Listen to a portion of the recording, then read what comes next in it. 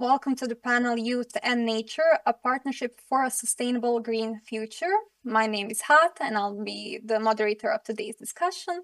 And next to me is Iman, who will be giving us firstly an overview of the current situation in the region and the current developments regarding our topic.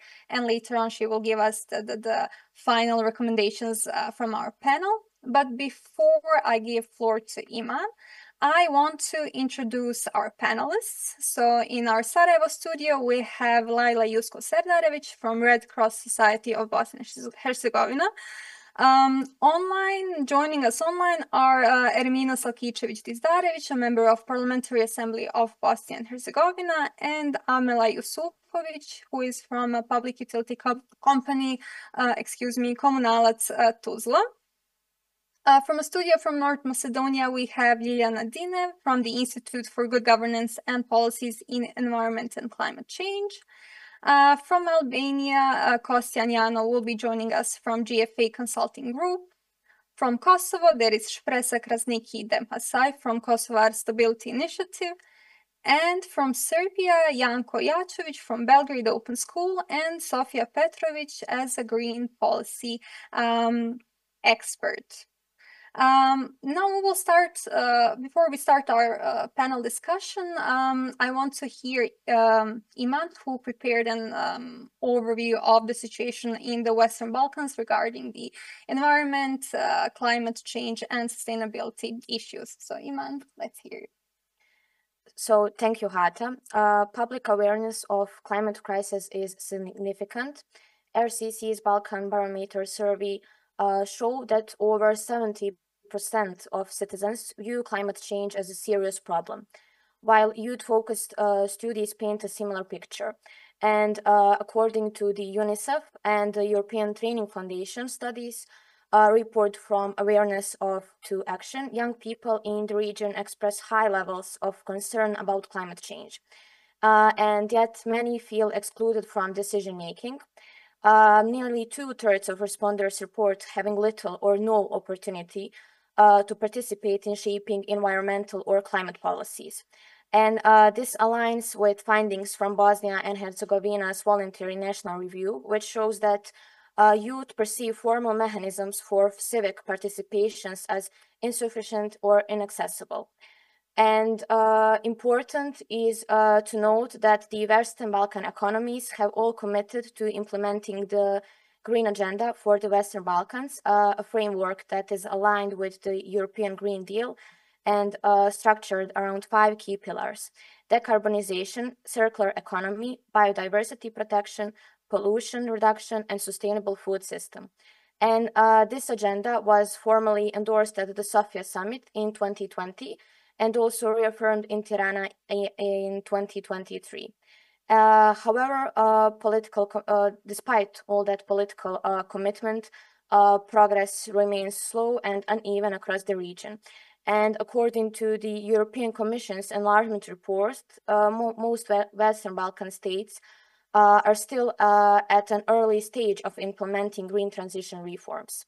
And the EC highlights that coal remains dominant in electricity generations in Serbia, Bosnia and Herzegovina, Kosovo, and also North Macedonia. And investments in renewables are increasing, but they still remain below the EU average. And gaps in environmental governance and enforcement still persist. The World Bank's 2024 Western Balkans Climate and Development Report further notes that implementing Green Agenda commitments will require doubling current investments level in clean energy, energy efficiency, and also climate resilience. At the same time, climate and environmental pressure are intensifying. RCC's Balkans Barometer 23 shows that 73% of citizens believe environmental degradation is a serious problem, and air pollution consistently ranks as one of the top 3 environmental concerns in urban centers such as Sarajevo, Skopje, and Belgrade. And UNP and the Energy Community Secretariat highlight that Western Balkan cities, they remain among the most polluted in Europe, largely due to the outdated coal plants, household heating, and also transport emissions. and a weak waste management system. But in these challenges, young people are emerging as an essential part of the solution. Data from the UNICEF and the European Training Foundation 2024, they show that youth across the region demonstrate high awareness of climate issues and are increasingly active in volunteer cleanup actions, biodiversity campaigns, and also energy efficiency projects. And yet the same studies underline that young people, they lack structured pathway to contribute to the policy design, long-term planning, and also environmental decision-making. And today's discussion will explore a core question. How can we transform youth enthusiasm into systematic strength? We will look at the opportunities for institutional partnership, youth-driven initiatives, and also regional cooperation with EU support, as well also as the practical mechanism that can make youth participation more meaningful, consistent, and impactful. With that, thank you, and I hand the floor back to the Hata to begin the conversation with our panelists. Thank you, Iman. And as you already probably know, and as you heard now, the situation is pretty concerning, pretty serious. Also, I want to mention that within the RYDE project, there was a research produced on youth participation in decision making, where youth of the region emphasized that they feel that they have a limited influence on the topics, on the policies that concern their future. And with that, I want to start painting a broader picture, talking about the policy making, decision making. That's why I want to ask first question to Ermina. From a policymaker's perspective, how do young people participate in shaping policies, especially environmental and climate related decisions in Bosnia and Herzegovina? And what would you say, what could be the institutional mechanisms that could strengthen their meaningful involvement in developing, implementing, but also monitoring green strategies?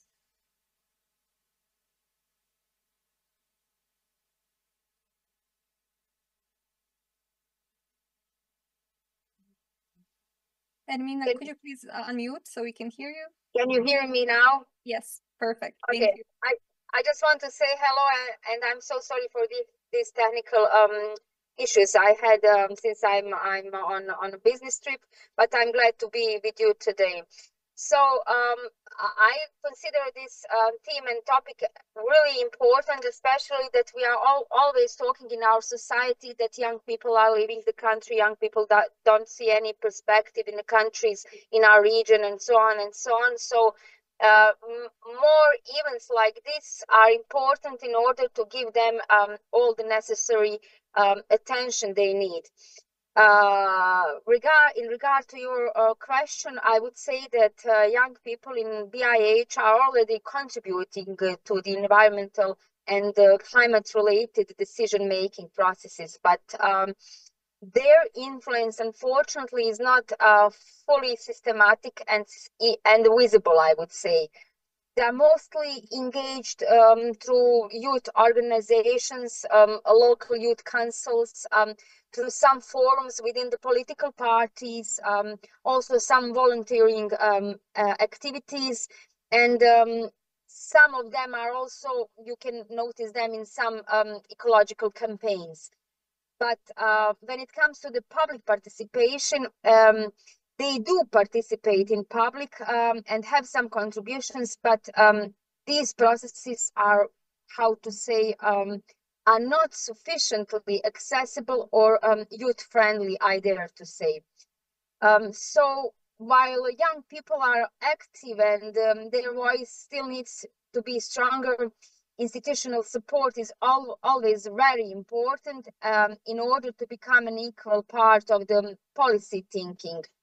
It's not always up to the institutions. Sometimes it's up to the young groups in a way that they need to try to be more visible. Somehow I feel during my public activities I have as a sort of public person, I don't see many young people wanted to be exposed probably they feel, how to say, disappointed, or they don't see the point, or they don't see the result. But I would like to take this opportunity to encourage them to be more involved in any kind of activities, whether it's environmental activities, climately related, or any other activities that might be of their interest. And when it comes to additional question, how can we ensure this youth participation to be more visible or meaningful? I would say that we need some mechanisms that will go beyond advisory role, or some mechanisms that would be structurally visible and implemented. What I mean by this? This is my perception of that. That includes mandatory youth consultations, for example, during development of some policies. As in this particular case, we are talking about climate and environmental strategies. So the youth should be mandatory included in creation of these policies. Also, I would say that they need to be involved in creating strategies, establishing, for example, a National Green Youth Council, or to support their creativity dedicated for funding instruments for youth-led green initiatives. Also, what I would like to mention here and to emphasize is that young people should also be involved in monitoring policy implementation, as probably as a common practice in our countries. Sometimes we make a great law, make some great policy, but implementation of this policy or monitoring of the implementation is not something that we are strong enough, and youth should participate in monitoring of these policies that are of their best interests. Sorry. Also, as I said, they need to be involved structurally in creating strategies and establishing national bodies or so. These mechanisms would give, I would say, citizen science approach, in a way that youth is really involved and continuously involved in shaping the green transition, not just in home country, but since we are all would like to become EU member countries, in this sense, the role of the youth is quite important. Thank you, Ermina, and I hope you safely reach your destination. Thank you for joining us and for giving these insights. Laila, you heard Ermina, she said that youth fears exposure, decision-making processes are not youth-friendly, but I feel you found a way to overcome all of that, because I didn't say at the beginning, but Laila next to me, she was also a youth representative in the delegation of Bosnia and Herzegovina at COP29 last year, right, in Azerbaijan. So Laila is very famous in Bosnia and Herzegovina as a climate activist. Can you tell me more about motivation behind your work, and how do you overcome the issues that Ermina mentioned? And actually, how do you feel, how can your peers actually be co-creators of these policies, these strategies? Yeah, sure. Thank you, Hata, for saying that I'm famous, even though I would not phrase it like that, but thank you. It's a compliment, definitely. So I'm Laila, as you heard. I work at the Red Cross Society of Bosnia and Herzegovina. I'm 24 years old, and I know a bit about climate change. And about my motivation, it basically began as frustration. I think every good initiative, it just begins with a bit of frustration, you know, towards everything. My friend, who's also a Bosnian girl living in Germany right now, we were observing the situation regarding youth participation in climate initiatives, and we saw that there are not enough platforms for young people to actually speak about climate change without that exposure. When I was beginning this path with my friend, we didn't even think about COP, to be honest. It was not even our goal. Our goal was to basically raise awareness about climate change. And what we did, we basically looked at possible mechanisms from global levels to local levels of what we can do to engage young people in Bosnia and Herzegovina regarding climate change. And we discovered local conferences of youth for climate change, for climate action, which are basically UNFCCC youth's mechanism through which you can basically organize a conference, gather opinions of young people, develop some sort of a national youth policy. And then we did that for Bosnia and Herzegovina in 2022 and 2023. So both COP28 and COP29 had the first documents ever documenting how young people in Bosnia and Herzegovina feel towards climate change. Does it scare them? What do they recommend? And basically that document was a testimonial, basically a testament that young people in Bosnia and Herzegovina are aware, and we are aware. We know what's happening, as Iman read the statistics and the data. We know what's happening, and we wanted to take it to the next level, which is a global stage. When it comes to motivation, to be honest, and I'm speaking really honestly here, I will not hold back regarding some things. When you're beginning as an activist, you have basically, if you're in high school or if you're a student, you don't have the long-term vision. The only thing you have, I mean, some people do have the long-term vision, but the only thing you have is that goal of actually achieving something. But the issue is later on, when you need to find a job, when you need to actually provide necessary means for yourself, that's where everything stops. You know, you're a good activist, you are engaged, you're doing great, you're doing good, but you don't have a job and you don't have basic means of survival. And then you have to basically, you know, rely on your parents, on your family. And then you ask yourself, what did I do during this time? You know, so to be honest, I know I'm turning this to an existential side, but that was my personal path. You know, I was a good activist. I was, you know, motivating young people. I was working with young people and still am working with young people every day through my current role. But the thing is, and the issue I see every day, that's why I'm speaking also on behalf of these young people who I work with. The issue is, you know, you don't have any opportunities to continue pursuing that passion you had before. So if I'm interested in climate change, I didn't have any opportunity up to this, you know, job to actually pursue it further and to bring it to a higher level and to actually, you know, have means of existence within this. So I think that's a big issue. I think we need to have more opportunities, more job opportunities.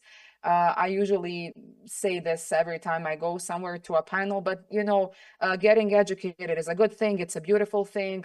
You know, everybody should be educated. We should attend workshops. We should attend events like this. But unfortunately, everything just stops at an educational part, and we're not doing enough to actually have these young people employed, because, you know, it's a great shame to rely on your parents at 24 years old. And this for me was my personal shame, because I just imagined I'm doing so many things. I'm trying so hard, you know, I'm pursuing what I'm passionate about, and I have to look for opportunities abroad.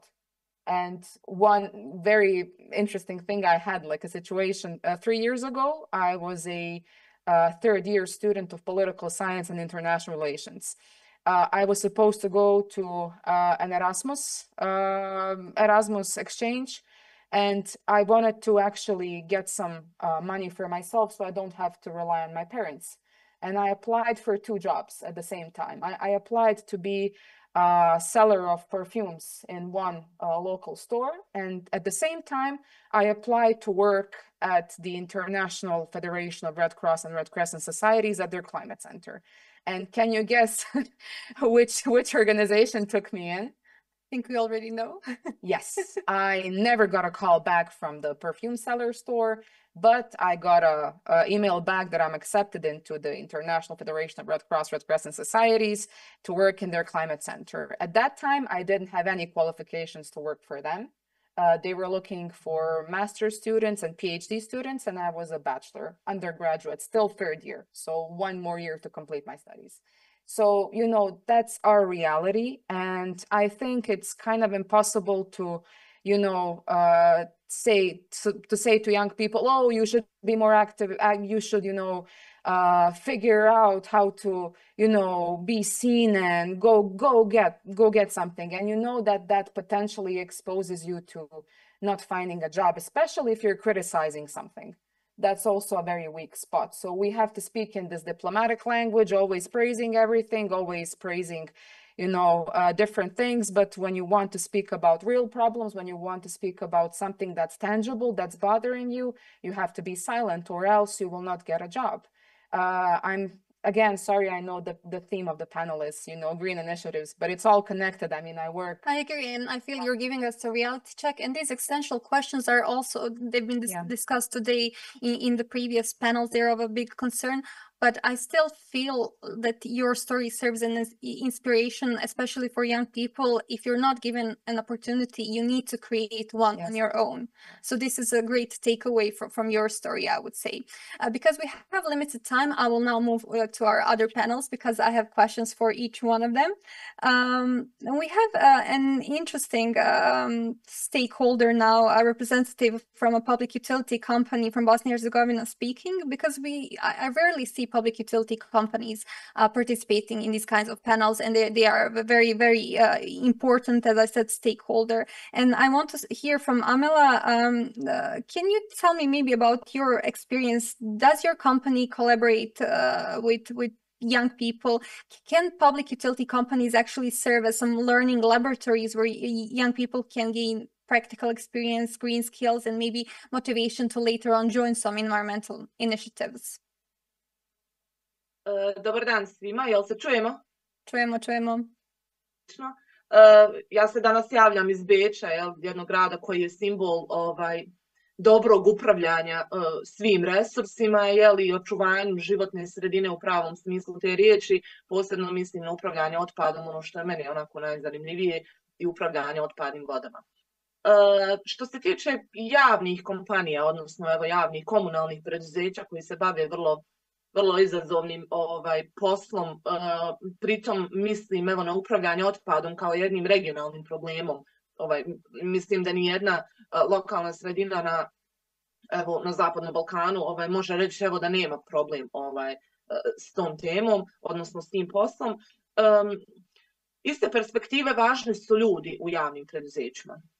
Nažalost, važni su pojedinci koji imaju ili nemaju entuzijazma da rade na svojoj sopstvenoj transparentnosti, prije svega jer se radi o javnim preduzećima. Drugo je da su kompetentni, dakle morate imati prave ljude, edukovane na pravim mjestima, ljude koji znaju šta rade, ljudi koji imaju viziju i ljudi koji žele da problem upravljanja otpadom učine, kako da kažem, učine problemom svih nas, jer otpad nije samo moj problem koja se bavi upravljanjem otpadom, to je problem svih nas, to je nešto što stvaraju svi, od predsjednika države do uposlenika komunalnog preduzeća, dakle to je nešto što produkujemo svi, to je naša zajednička vrijednost i prema tome se moramo tako odnositi. Zaboravi se predstaviti, ja sam Amela Jusufović, upravnica u komunalnom preduzeću Komunalac Tuzla, upravnica gradske deponije i reciklažnog dvorišta. Osim toga radim kao saradnica na ekološkoj grupi predmeta na prvom i drugom ciklusu biologije na univerzitetu u Tuzli. Tako da moj kontakt sa studentima, sa mladim ljudima je, hajmo reći, svakodnevan i ono što mi pokušavamo cijelo vrijeme napraviti iz perspektive javnog preduzeća, iz perspektive javnog univerziteta jeste da napravimo jednu atmosferu gdje će mladi ljudi zaista shvatiti da su im javni sektor u stvari na raspolaganju. To je jako važno da mladi ne gledaju to kao nešto što im uopšte nije dostupno i nešto o čemu ne smiju ni da pitaju. Ono konkretno što smo im poduzeli jeste da smo se otvorili prema mladim ljudima. Ja bih spomenula svakako omladinski pokret Revolt već nekoliko godina unazad ima jedan divan program, političku školu, odnosno školu, hajde ja ću ga nazvati tako, političkog opismenjavanja mladih ljudi, gdje oni u sklopu te škole dolaze u kompleks deponije, dolaze da prate proces, da nauče o procesu primarne selekcije otpada, njegove obrade, problema s kojim lokalna zajednica ima generalno u tom polju, o tim nekim okolišno zasnovanim problemima i šta je ono što oni mogu raditi kao mladi ljudi koji su aktivisti, koji žele da budu aktivisti i uče o tome. Oni dolaze, dakle, njima su vrata otvorena. Ono što mi imamo jako dobru saradnju jeste i škole na području Tuzle, odnosno vrtići, jer smatramo da je tu negdje neki prostor u kome trebamo da radimo sa mladim ljudima i da ih edukujemo, jer ove starije generacije, tu je bitka već izgubljena. Tu možemo da kažemo da se nažalost bavimo posljedicama. Svakako, ja smatram da ima potencijala, da mladim ljudima treba informacija. Nekako, evo i u ovom kontekstu obrazovanja mladih ljudi, teorija je divna i teorija treba, ali ono što je puno možda bitnije u ovom momentu jeste da pogledaju kako to izgleda u praksi. Jer danas sutra kad dođete na tržište rada, situacija je potpuno drugačija.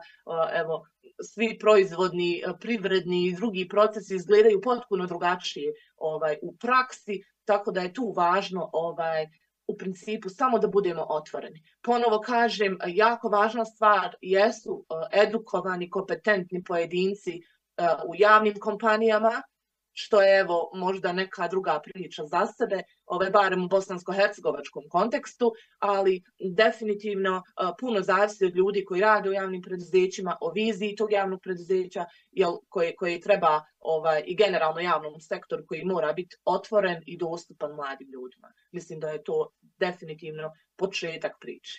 Great, thank you, Amela. And what we've heard so far is that green issues, it's a wide range of different topics, from climate change through environmental protection, through waste management, circular economy, all of that. Now I want to ask Ljiljana two questions from North Macedonian perspective. How are your policies in the country aligned with all these green standards of European Union? And also because Amela mentioned how practical skills and experience are important, are you familiar maybe with some youth initiative related to climate change or some other green topic in North Macedonia, and also maybe some cross-border project involving youth from other regional from other countries from the region? Yeah, thank you, Hannah. Thank you, Iman, for the opportunity given to represent IPEC and to discuss this important dialogue and our shared European future. Young people can bring creativity, new energy, new ideas, starting from a local level. In North Macedonia, we are fully aligned with the EU acquis. They are put as a key stakeholders in the national plans, in the strategies as well.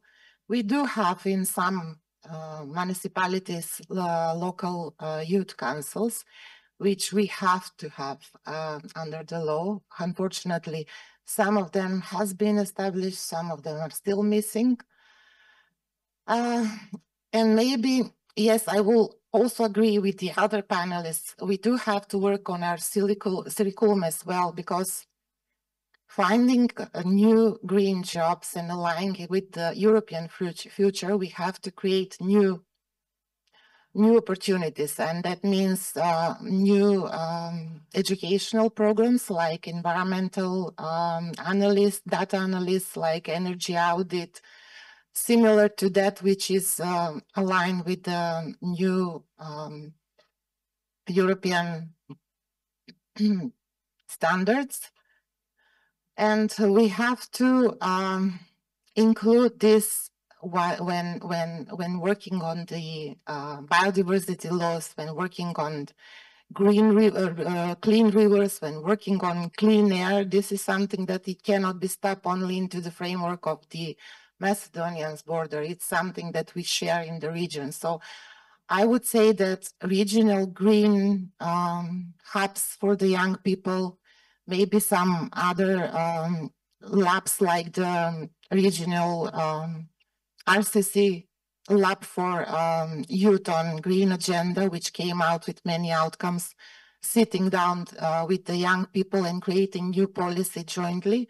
It is something which is a strong example for involving the young people in this important dialogue. And this actually, this multi-city regional conference is also a strong and applicable example which can lead to changing our habits and evolving the young people in everyday life. Thank you, Irina. Now I have to move to Kostian, and I want to ask about the situation in Albania. We heard about North Macedonia and Bosnia. So what's with Albanian youth? Do they have access to training, education, careers in the emerging green sector? And also, can you maybe reflect on some either national or EU instruments that played a role in supporting youth employment in green fields? Yeah. Thank you. It's really an honor to be here because I'm also a Politea alumnus and an IEN alumnus. I'm sorry that I was not in Tirana today, but due to a bad flu, I had to join online. So yeah, back to question. Yeah, opportunities for young people in Albania to enter, let's say, the green sector are growing in the last years especially, but still there is so much more to do. If we see the positive aspect of it, there are more training programs, especially now that are focused on renewable energy, on waste management, which is really important, sustainable tourism, and green entrepreneurship, which is now becoming, let's say, a trend in Albania. Mainly, all these opportunities, let's say, came mostly through donor-supported initiatives, like EU-backed projects, or, for example, GIZ, which is a really important contributor for this topic, not only here in Albania, but I assume also in Western Balkan countries. For example, GIZ has actively supporting green skills, green startups, especially young people, and sustainable business ideas development through various grants and also mentoring and support. So yeah, if we talk about support, mostly it's through donor support initiatives. However, all these opportunities are still not available at large scales. Many are project related, which last several years or several months.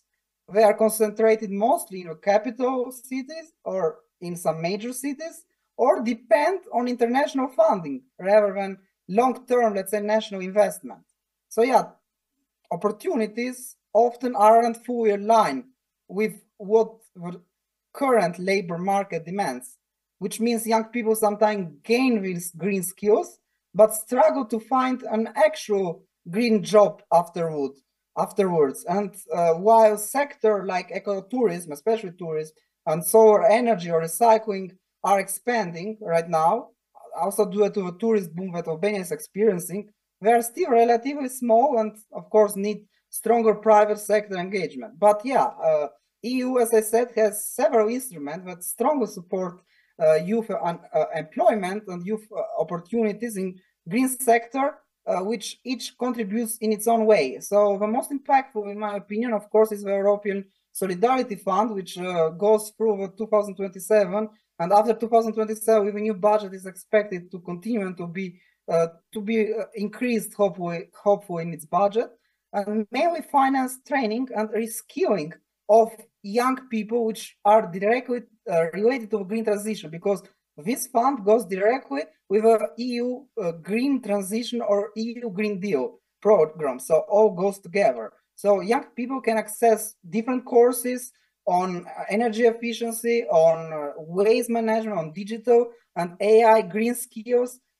So yeah, there are quite some big opportunities. Another very important one that I want to stress out is the youth guarantee, which started with the EU and also is going on across Western Balkan countries.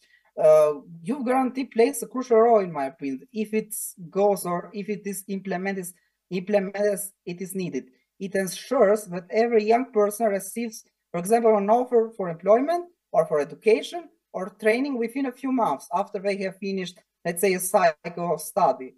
Many youth guarantee programs now prioritize exactly these green skills. So we just hope that also youth guarantee is implemented in the correct way in our countries, which is really important.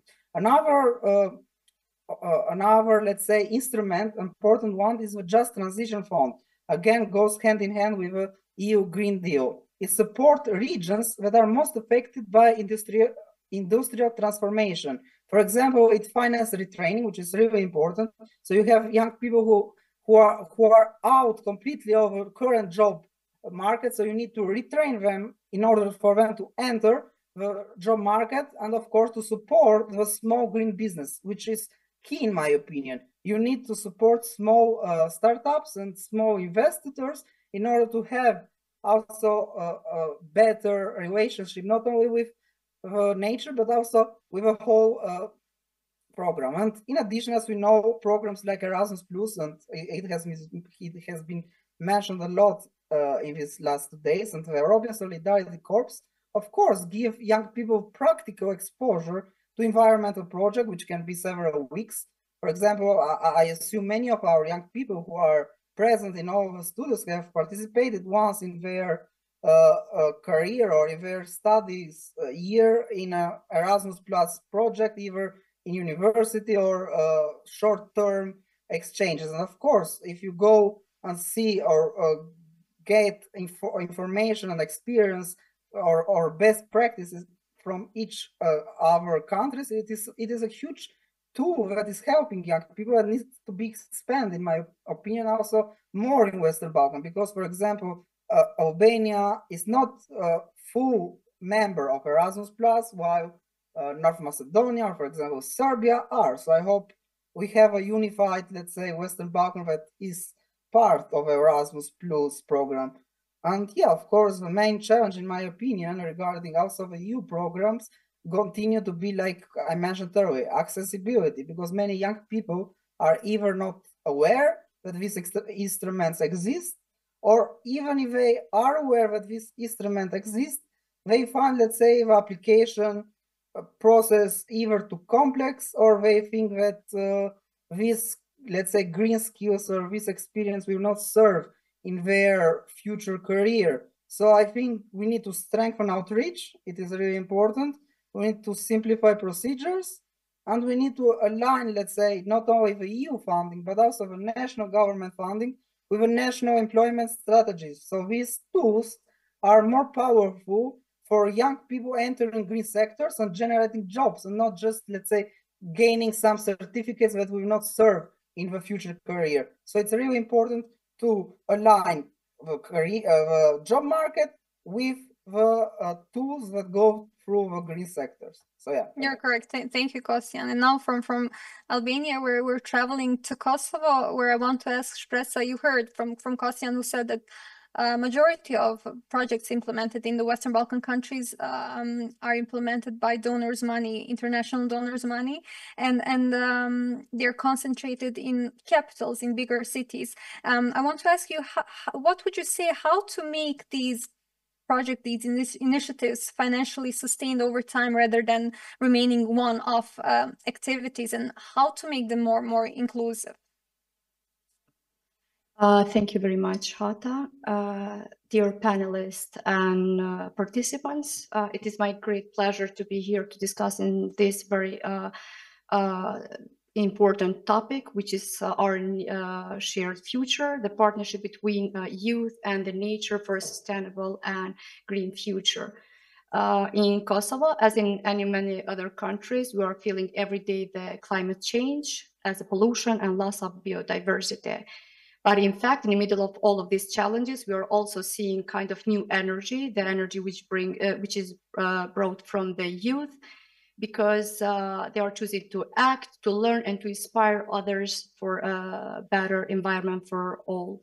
So in the recent years, the Kosovo has shown that the youth of Kosovo has shown that they can be a strongest driver force for environmental transformation. So through varieties of the initiatives and activities, youth are involved in so many different activities, which are maybe seen as a small, like cleaning a public spacing, planting tree, or either generating a new idea for a green economy. These actions, as I mentioned, sometimes might seem small, but in fact have a very powerful impact in society because they build the culture of environmental care, and they show that the change can start or begin from each of us. So, however, to make this partnership between youth and the nature sustainable, more than a goodwill is needed. So we need in school to include the environmental culture, and also to support all of the innovation idea of youth. So, and to give us more space for youth and also to participate in the decision making. Only in this way, their energy and their ideas can be turned into the concrete action and long-term policies. On this journey, institution, civil society, and the private sector must be the true partner to youth, because youth have the vision and the creativity, while the institutions have the means to turn all of this idea into the concrete and long-term policies. In conclusion, I have to mention that we can't use youth only as participants in certain activity, but we have to include them also in the agenda of the institutions. They have to be also part of the working groups and working strategy.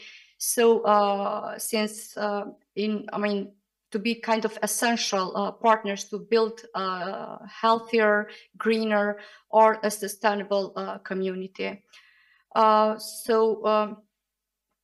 providing them by providing to the youth support, knowledge, and empower them and their role in the society, we might have a better society and a better environmental place.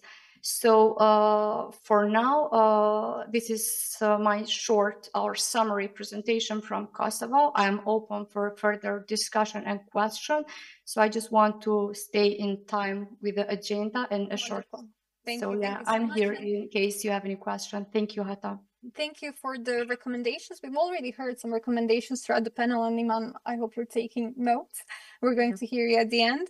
I still want to talk a little bit more about the money for these initiatives, and I want to direct my next question to Sofia Petrovic. I hope you can hear me.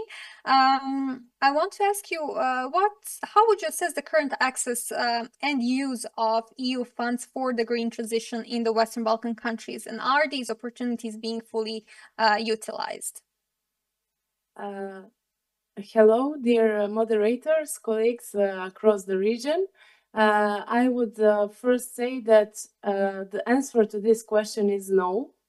The short answer, but the explanation is EU green funds in Western Balkans countries have significant funding and it's available, but utilization of this opportunity is not fully maximized, and we are seeing a capacity gap rather than a financial one. So we have resources, but we have problems in slow implementation, realization, lack of a capacity. With that, I mean skilled personnel who know how to write a good project according to EU rules and apply for funds and finish the project with the strict questions they need to fill for European Union project. Also, we miss the political will and cold depends. For example, Serbia, Bosnia and Herzegovina and Kosovo, they are highly dependent on the coal for energy production. And we have a problem with poor coordination between different ministries, state agencies, and local levels of government. The main challenge is that we should quickly and efficiently attract and spend the money on these projects, the projects that will truly make a difference. And to improve use of these funds, we should focus on training experts, faster permit for green projects, and clearly defining date for phasing out of the code. Thank you. Thank you, Sofia. Wonderful. I have my last speaker for this discussion coming also from Serbia, Janko, and I want to ask you to try to end on a positive note and to give us something motivational and inspirational. So what would you say, how to empower more young people to take part in these initiatives and in these actions? Thank you very much. Well, I will give my best to be positive in the Serbia, like in this situation. But for motivation, we need to make the space for the youths. As you know, a lot of policy process here and honestly in the region is the closed process for youth. It's not youth friendly, unfortunately, and I believe that there is a lot of room for youths. But of course, when the other panelists said, there's no money, there's no music. So our governments need to provide some funds for to organize consultation, meaningful consultation with youths, as that events or I don't know different types of consultation need to be on the language that youth can understand and that they can participate on the meaningful level to understand the policy, to understand the and there is a lot of ways how you can engage the youths, but every single way needs to give the space for the youth and of course to give some sense of ownership of that process, because we need to believe the youths, we need to give it the space and to feel of the ownership of the process, because okay, we can consult each other and just take it for information notes. For my experience, we have every year in Serbia we organize the pre-COP, not the Belgrade Open School, but the other organization organized the pre-COP conference where the representatives of the ministry come and just inform the youths about new policies, new documents. But once I asked, okay, did you consultate the youths? Unfortunately, I never have the chance to receive the answer. So, okay, it's nice to inform the youths, but to motivate them to engage, you need to give them space. And I believe it's possible because youths want to engage, as you see in Serbia. They want to be heard. Their voices are important, and we need to make that space. I think that this short answer is enough for now. If you have any questions, I'm here to answer. Thank you, Janko, and I hear you. So making more spaces for youth, and that's why we will now move on to a short presentation of a project that actually demonstrates how youth voices can be heard and transformed into a real change. The project, Empowering Youth to Advocate for Green Future, was implemented by the BFPE Foundation for Responsible Society from Belgrade within RYDE initiative, and offers a concrete example of how young people can participate in shaping and promoting green policies. So let's hear you. Hello, everybody. Thank you for the opportunity and having me to present the project's results. The project name is Empowering Youth to Advocate for the Green Future, and it was actually the overall objective, we can say, in the end, not the real one. It's a bit more technical than that. When we came from, we started from one premise. It's that, and the data shows it, the data underlines it, it's the youth are interested. Environmental values are one of the highest rated in all the youth surveys, but their participation, either by volunteering, is very low. And not to mention the policy processes and everything that's basically non-existent.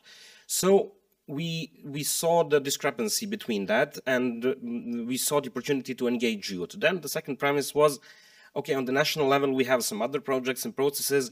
Let's look at the youth level. And you have the councils, the local youth councils, that should be formal advisory bodies that represent youth interests and influence local policies. In practice, their functioning varies significantly. You have some that exist only on paper, some are inactive due to political changes like elections or even the protests. Others lack clear mandates, support or continuity, and many struggle with youth emigration and low institutional trust. So, you know, the people who are in the councils are constantly changing. And that is why the strengthening of these councils was at the core of our project. The third premise was they're not exactly defined in the law on youth. You have like they're basically defined, but, you know, their jurisdiction is not explained in that. So we just perceived it as an opportunity to expand it a little bit in these political circumstances and political processes. So this is what we did.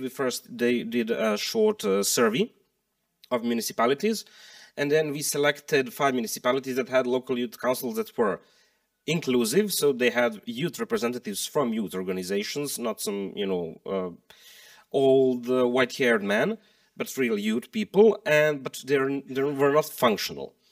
So you basically said, yeah, let's try to make them functional, especially in the context and in the field of environmental policy. So we selected these 5 cities, as you can see it on the presentation. It's Leskovac, Dimitrovgrad, Raška, Senta, and Kraljevo, each varying, you know, by size, and each varying by, you know, geographically, and each varying by the issues they face. So what we did, we first, you know, mapped the capacities of the local youth councils by, you know, some meetings, and we mapped their needs. Then we devised and tailored the training, and we had a training for the youth representatives in the local youth councils and in the local CSOs, who were an important part of our project because they were the main pipeline to influence these policies and these meetings, and to, you know, and to organize the youth and collect their inputs.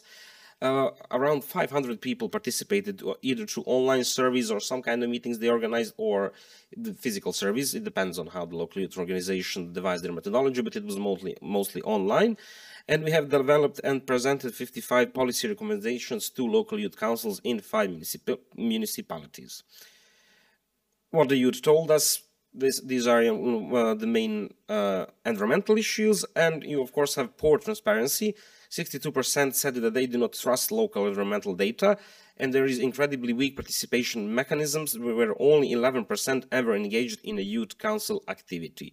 And many of them, you know, have even not heard about the local youth councils. So these are the main results in a qualitative sense. I would also signify the Raška that the local youth council was activated again because of this project. It went from existing only on paper to holding real meetings, and we actually have additional, you know, projects with them which we're working on right now. In Kraljevo, the council wasn't fully appointed, but, you know, young people still came eager to discuss environmental policies, and Kraljevo has been especially in the spotlight during the protests. In Leskovac, which was a big surprise to us, because it's usually tough to work in Leskovac, but they adopted all the recommendations. So that was like the 3 examples that I will signify. But in Dimitrovgrad and in Senta, it was a bit tougher due to their size and due to, you know, the political situation and context in Serbia. But we, you know, still managed to hold some meetings and to present the recommendations, where they expressed their need for additional support because they really lack the capacities, which is the core issue in all local youth councils and in all municipalities in Serbia as well. So here you have some numbers which we've gone through before. We have discussed about 80% of the recommendations we received from the youth in the local youth councils. Some things they did not want to talk about, but that's, you know, how it goes. And that would be pretty much it. But I would also have to say that the question, the impact is not only quantitative, it is qualitative. And I would say that youth want to be partners in the green transition and not spectators. They demand transparency and accountability. We have young people on the streets right now in Serbia. There are no participation mechanisms to ensure meaningful participation. And I feel that people, not only in the local communities, but on the national level, do not understand the needs of the youth and don't understand the newest generations that are coming. And I've seen that fact through multiple meetings in my professional experience in the NGO and as a UN youth representative of Serbia. So, you know, maybe if the participation mechanisms existed, maybe we wouldn't have youth on the streets. But I doubt it. Great job. Thank you and congratulations on your work and your project. Iman, now it's your time to shine. Let's hear the final recommendations of the final panel of RYDE conference. Thank you, Hata. And based on our today discussion, we have formulated several key recommendations that basically aligns with the 2025 European Commission findings. I would say especially the call for the stronger youth participation and cross-sector cooperation when it comes to green policies. And let me walk you through them one by one. First, participants emphasize the need for meaningful youth involvement in policy making. And this includes establishing youth advisory bodies within ministries and municipalities, especially dedicated to the climate and environmental issues. And we discussed the value of regional cooperation. A proposal emerged to create a shared digital regional platform where young people can exchange experiences, they build network, and also access small grants for those local initiatives. Then education and skills development were highlighted as essential. And the recommendation is to formally integrate green skill and sustainable development into both formal education system and non-formal learning programs.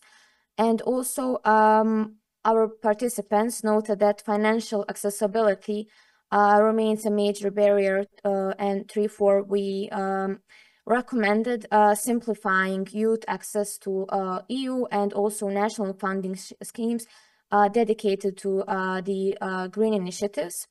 And we also stressed the importance of the just transition.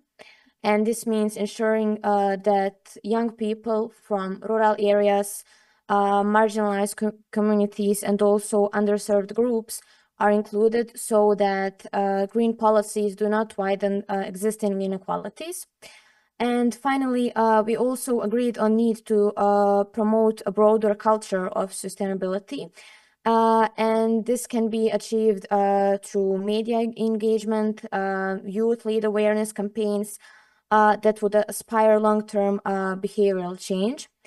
And these recommendations, they reflect what we heard today, that green transition in the Western Balkans can only succeed if young people and local communities are fully empowered and recognized as partners and in shaping that future. That's it. Yeah. Wonderful. Thank you, Iman, and thank you to all my panelists. I'm glad we're finishing on time. Thank you for all your insights and your commitments. I hope you all learned something new, and yeah, I'm looking forward to see what the future brings. So this was it from the last panel. Now it's time to hear from our project managers and to finish and wrap this conference up. Thank you, Hata. Maybe we can do the closing from the Sarajevo studio, as we had the honor to have the last panel and to discuss about this really important topic. I would say not only for the youth in the country, but the involvement of youth is crucial and important to make that positive change in the future. But I would say, as Amela addressed in the beginning of her speech, that this is a really important topic for all the citizens, not only in Bosnia and Herzegovina, but the region and the world, as the climate change affects economical issues, it affects the employment and everything else that is, and that seems to be a more important question and the issue for all of us. I would say that everything is connected and that all of us together should be working on these topics together, not only the climate change, but the topics that were addressed during the day yesterday, during this conference, and also the topics that were addressed during the third and fourth panel today. From the organization team, I would thank all of you. It was a pleasure to take part in this two-day regional conference. in all 5 studios. I would say that it was challenging, but thanks to all the technical agencies which helped us to really organize the conference and to have everyone here in one place, but from all countries. I would say that we have heard a lot of strong messages about your participation, about well-being, about digital transformation and the green transition. And it's clear that young people are shaping the present and the future of this region. And again, I would stress of the world and globally, and that they should be involved.